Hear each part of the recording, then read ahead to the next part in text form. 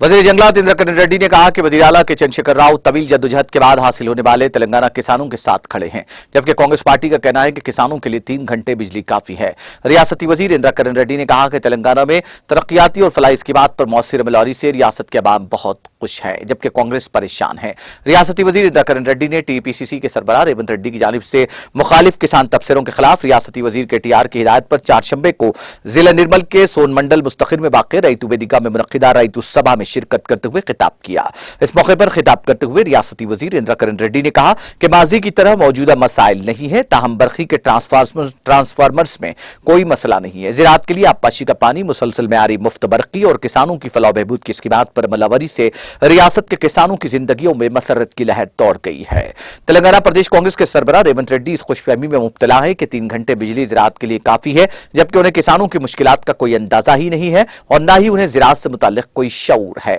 उन्होंने रेवंत रेड्डी के तबसरों की शदीद मजम्मत करते हुए कहा कि हमने कांग्रेस के दौरे हुकूमत में मुआशी तौर पर मायूस किसानों की खुदकुशी देखी है। उन्होंने कहा कि रियासत तेलंगाना में ज़राअत मुनाफा बख्श हो गई है, कोई किसान खुदकुशी नहीं कर रहा है और ना ही कोई नकल मकानी कर रहा है। किसानों को फैसला करना होगा कि क्या वो कांग्रेस पार्टी चाहते हैं जो 3 घंटे बिजली देगी, या बीआरएस जो 3 फसलों के लिए आबपाशी और बरखी